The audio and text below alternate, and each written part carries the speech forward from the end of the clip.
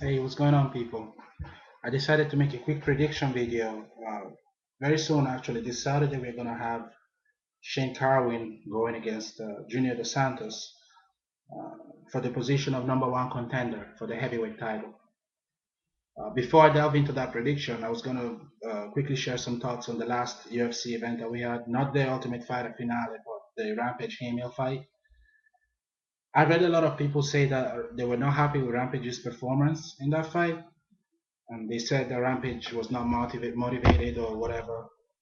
Man, y'all need to just shut up because honestly, the guy won the fight fair and square. He dominated Hamill. He didn't knock him out. So what? The UFC is not about knocking people out. It's mixed martial arts. There's wrestling, there's grappling, there's jiu-jitsu, there's punching. That doesn't necessarily mean you're gonna knock the person out. It's about who wins and who shows to be the superior fighter. From a technical perspective, Rampage fought a perfect fight, completely neutralized Hammer's wrestling, dominated the fight as far as striking goes, threw crisp punches, did not waste too many punches, did not waste too many kicks, landed all the punches that mattered, controlled the cage, controlled the pace of the fight for the most part. Technically, he fought a perfect fight. He didn't knock Matt Hamill out, but then again, Matt Hamill has a hell of a chin too. This guy went against Jones and didn't get knocked out, and Jones beat the hell out of him.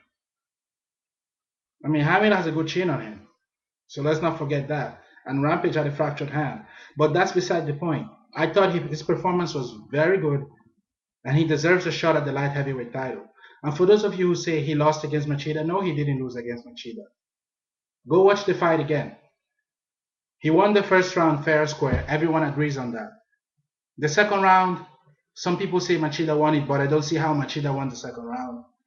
Rampage pushed the pace of the fight, had Machida against the cage a bunch of times, landed some significant strikes of his own, and was always busy. So I could see Rampage getting that round too. Then Machida really dominated in the third round. But if anything, that should have been a draw. I didn't expect it to be Machida winning by decision because he didn't do enough for the first two rounds to deserve a win. But I could see Rampage winning the fight by decision because I think he did enough in the first two rounds to deserve that. And Machida was able to beat him but could not finish him in the third. So that takes care of that. And Rampage dominated Hamill fairly easily. So I don't see why he shouldn't have a shot at the title. It's really between him and Rashad Evans.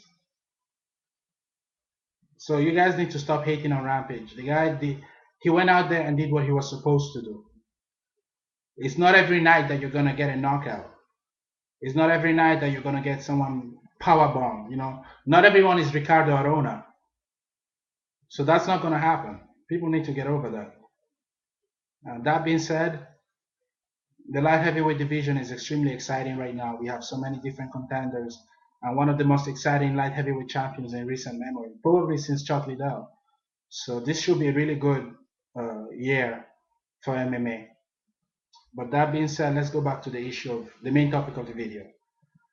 So we have Shane Carwin, possibly one of the hardest punchers in the history of the sport, going against Junior Dos Santos, who we all know is probably the best pure striker in the heavyweight division right now. From a stylistic point of view, I have to give the fight to Junior Dos Santos. Shane Carwin hits like a Mack truck, but we already know he doesn't have much stamina. He's coming back from a long layoff and surgery. So we don't really know how his body is right now. We don't know how he moves. And although he has a lot of power, his striking technique is actually not all that great. The thing about Shane Carwin, he reminds me of George Foreman. He comes at you and is not afraid to hit you. He's willing to take 2 or 3 of your shots to land one of his, and that one punch is enough to knock you out. That's how Shane Carwin fights. He's just not afraid to fight with you. He's not afraid to brawl. He destroyed Frank Mir. He beat the hell out of Brock Lesnar before he gassed out. and he demolished every single person that was put in front of him before that. So we know that this guy has the power to knock anybody out in the heavyweight division, but he needs the skills to go with that power. And his stamina his stamina up until that point was awful, but obviously he never needed much stamina because he never really expected to go beyond the first round anyway. Not many people could stand with Shane Carwin for 2 rounds. And that brings us to Junior Dos Santos. JDS is one of the most exciting, most technically efficient strikers in the heavyweight division right now, possibly in the history of the heavyweight division as far as the UFC is concerned. He moves well. He has decent head movement. He's surprisingly athletic for a guy his size. He has fast hands. Not as fast as Cain Velasquez, but his hands are pretty fast. And he has knockout power in both hands. And remember, this is not boxing. This is MMA where the gloves are a lot smaller, so his punches hurt like hell. So who has the edge in this fight? Like I said, from a stylistic point of view, Junior Dos Santos. Because even though you have all the power in the world, if you can't hit the person you're trying to punch, your power is useless. Junior moves better than Shane does. Junior has good reach and is equally dangerous as far as power is concerned. Just like Shane can knock JDS out, I could totally see Junior Dos Santos knocking Shane Carwin out too. And Junior doesn't gas like Shane Carwin does. Junior can go for 3 rounds easily. He did it against Roy Nelson, and in the past, if you look at his fights before he got famous, he had a lot of fights that went far. Not a lot, but whenever the fights went the full 3 rounds or whatever, he had no problem. His stamina is on point, and his striking is on point too. I've watched this guy, and he knows what he's doing when it comes to striking. And this is the X factor. If Shane tries to take the fight to the ground, how is he sure that he's not going to get submitted? Because people forget that Junior Dos Santos, although he doesn't like to grapple very much, he's still a decent jiu-jitsu fighter. He trains with the Nogueiras. And from what I've heard, he knows how to hold his own on the ground. I don't see him taking the fight to the ground, and I don't even see Shane Carwin successfully taking down Junior. Because for each takedown attempt, if he misses, he will pay dearly for it.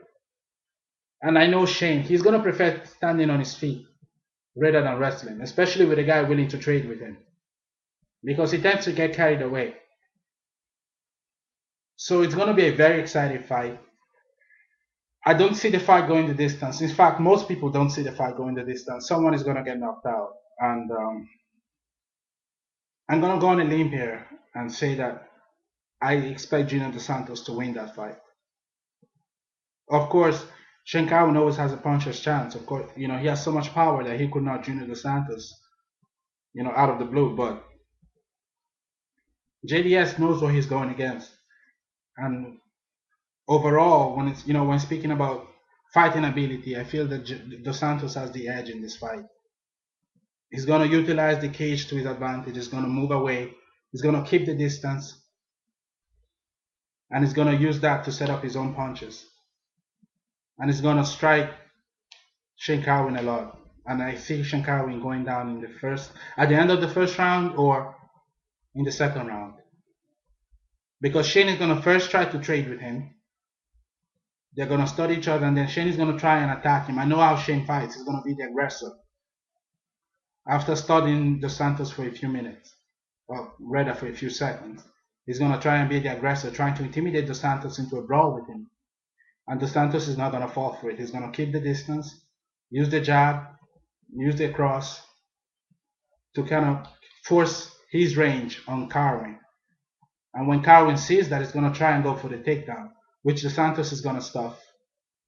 And then Dos Santos is going to get him in a decent position and beat the hell out of him and punch him. That's what I expect from this fight. And I've not been wrong in my predictions before, at least the ones I've posted. But I expect Dos Santos to win this based on that. Of course, I may be wrong, especially when it comes to MMA. Anything can happen. But this is a fairly easy fight to predict. Plus, Shane Carwin, I don't know how he's gonna be coming out of surgery and all. I don't know how his stamina is gonna be. I don't know how his power is gonna be. And although he has powerful hands, his hands are not the fastest. A decent striker can see it. Frank Mir doesn't really like to brawl. He likes to strike at a distance, but Frank Mir needs time to set up his pace. Plus, the Frank Mir that fought Shane Carwin back then is not the same Frank Mir that is now. I think if they fought now, the fight might be a little more competitive. I mean, Frank Mir will still get knocked out, but it might last a little bit longer before that happens. But against Dos Santos, I don't think Carwin is going to be able to bully him. So I expect Junior Dos Santos to win this fight and challenge Ken Velasquez for the heavyweight title. And obviously I'll have to post a different video for that later on. And the other fight that I was going to quickly touch upon is Damian Maia versus Munoz. I'm actually really intrigued about this one. Maia is a great grappler, and he has lately improved his stand-up game a lot. Munoz is not as good as Maia on the ground, but really, really good in his own right. And I believe Munoz is a superior striker. But like I said, the X factor here is going to be who decides to try and take the fight to the ground.